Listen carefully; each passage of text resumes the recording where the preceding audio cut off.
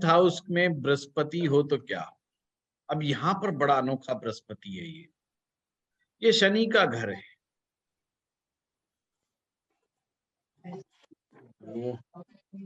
और शनि जो होता है एक चालाक ग्रह माना गया है ज्योतिष के अंदर, खास करके लाल किताब उसको कहती है समझदार चालाक, जो आजकल हम बोलते हैं स्ट्रीट स्मार्ट।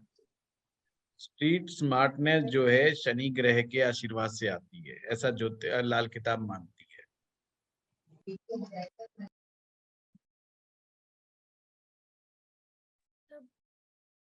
सर म्यूट कर दीजिए सबको।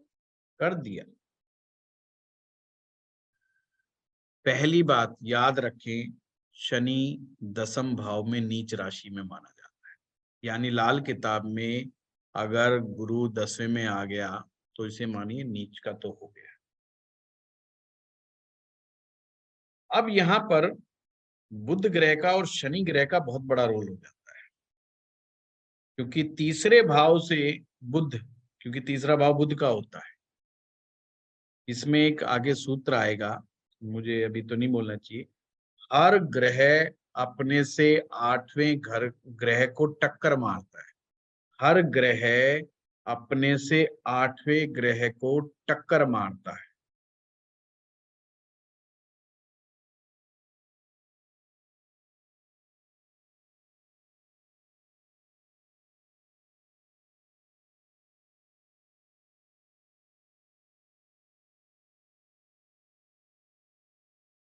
तो इससे बचने के लिए अष्टम के बृहस्पति को, अब ये नहीं कि मेरा तीसरे में बैठा है कि नहीं बैठा है या नहीं बैठा है, बस ये मान लिया जाता है कि अगर ऐसा व्यक्ति चालाक होगा, आज के समय के अनुसार चलने वाला होगा, तो कामयाब होगा।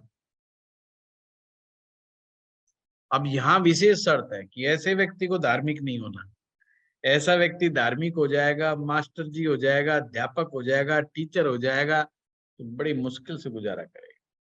मतलब पेट भरना है उसके लिए महाभारत तो रहेगा हमेशा। तो ऐसे व्यक्ति को आपको समझाने की आवश्यकता है, क्योंकि मार्केट में जाएगा, टीवी पे देखेगा, तो उसको जनरलाइज रेमेडी मिले।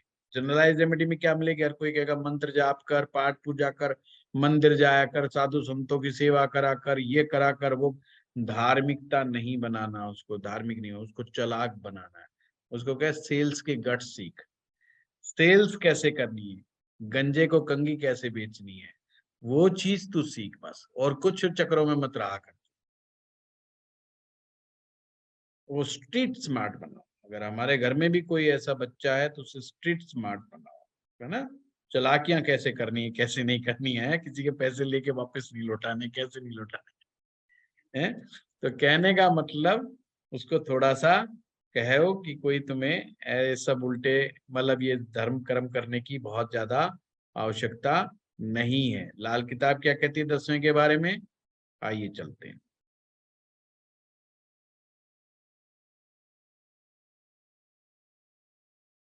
सीधा ले चलता हूँ। 10वें घर का नीच बृहस्पति रवि से सोना करता है, शनि का गरवा पहरा हुए हर दो चूल्हे धरता है। रवि मगर खुद जला जलाया मदद चंद्र की पाता है। शनि ने जो पत्थर फूके लाल रवि कर देता है। अब इसका मतलब समझा, बृहस्पति 10वें घर में हो तो अशुभ माना जाता है। ऐसा बाप माना गया है, 10वें घर में बृहस्पति को ऐसा बाप कहा गया है जो अपने बच्चों को ऐसे ही छोड़ देता है, गैर जिम्मेदाराना बाप। यानी कि अगर जिनका भी बृहस्पति 10वें में है तो उसको हेल्प नहीं मिलती, किसकी, गुरु ग्रह की हेल्प नहीं मिलती।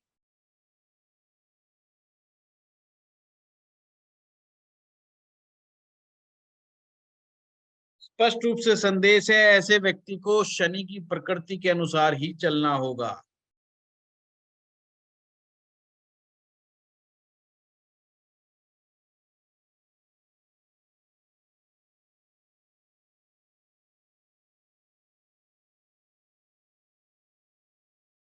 पर शर्त एक यही है कि ऐसे व्यक्ति को दूसरी औरतों से संबंध कायम नहीं करना है। बृहस्पति 10वें घर में हो और शनि अपनी उच्च राशि या मित्र राशि में आ जाए तो काफी हद तक शुभ बना देता है। यानी कि बृहस्पति अगर 10वें घर में हो और शनि अपनी उच्च राशि तुला राशि में आ जाए, यानी कि 7वें भाव में आ जाए, शनि या 10वें घर में आ जाए या 11वें घर में आ जाए तो भी काफी हद तक राहत दे देता है, राहत मिल जाती है। नहीं तो बृहस्पति 10वें वाला, मैंने कहा ना, अपना पेट भरना भी मुश्किल होता है, बड़ी मुश्किल से घर गृहस्थी चला पाता है।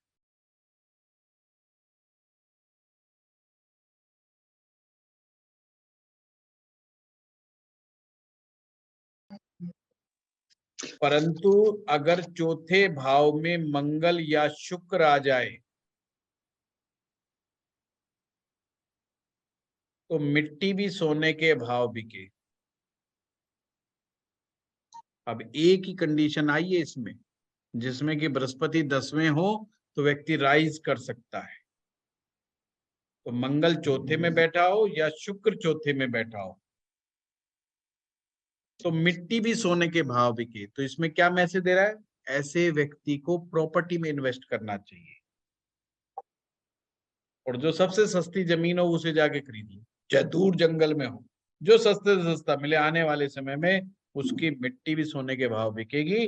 पर यहाँ पर एक शर्त लगा दी लाल किताब ने कि ऐसे व्यक्ति की मिट्टी भी सोने के भाव बिकेगी, पर शर्त यही है कि किसी दूसरी औरत के साथ उसके संबंध नहीं होने चाहिए अपनी औरत के अलावा, यानी कि जातक चरित्रहीन नहीं होना चाहिए।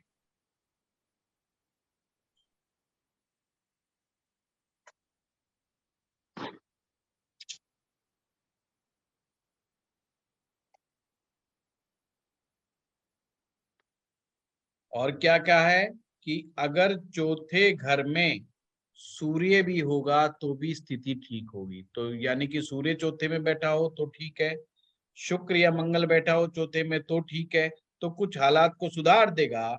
यदि सूर्य हाउस नंबर 3 और 5 में बैठे, यानी तीसरे भाव में और 5वें भाव में बैठे, और शनि घर नंबर 9 में आ जाए तो सोने चांदी का काम धन बरसे।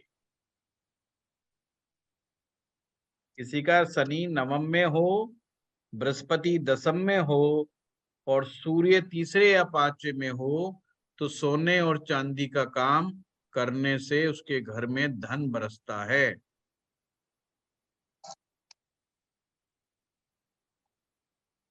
तो ये वो शर्तें हैं जिसमें बृहस्पति अच्छा असर दे जाता है। सूर्य चंद्र दूसरे घर में हो, सूर्य और चंद्रमा, सूर्य हो या चंद्रमा अगर किसके दूसरे घर में है तो भी सरकार से उसको बड़ा अच्छा फायदा मिल सकता है।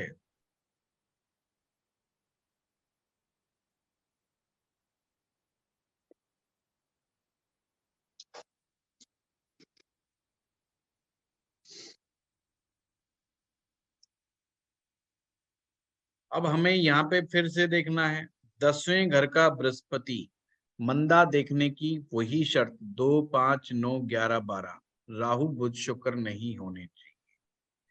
अगर बृहस्पति 10वें भाव में बैठा है और ऊपर से मंदा है, ध्यान से समझना, ऊपर से मंदा है यानी कि राहु बुध शुक्र 2, 5, 9, 11, 12 में बैठे हैं तो ये समझ लेना जातक निर्धन होगा, दुखी होगा, परेशान होगा, मंदे हालात में होगा और पिता से भी उसको कोई जायदाद नहीं मिलेगी, फादर से भी उसको कोई हेल्प नहीं मिलेगी।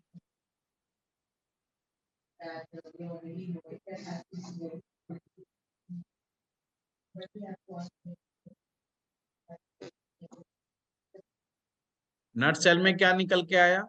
10वें भाव का बृहस्पति पहले चेक करो कि मंदा है या नहीं। मंदा नहीं है तो चेक करो कि कौन कौन सी शर्तों में ठीक ठाक रिजल्ट दे सकता है। नहीं है तो आपने हर हालात में उस बच्चे को चालाकियां समझानी है, थोड़ा सा समझदार बनाना है, थोड़ा सा उसको पैसा दे करके मार्केट में भेज दिया करो, जाओ वही सब्जी लेकर के आ, और थोड़ा डांट मारो कि थोड़ा कम पैसे में लेकर के आ। तो उसको थोड़ा सा ट्रेनिंग दो, उसको थोड़ा ट्रेनिंग बनाओ, ट्रेन बनाओ उसको उसको धार्मिक ना बनाओ ज्यादा, धर्म कर्म के चक्कर में शिक्षा दीक्षा ज्यादा मत दो, नहीं तो यहाँ का बैठा हुआ बृहस्पति बहुत अच्छा असर नहीं देगा।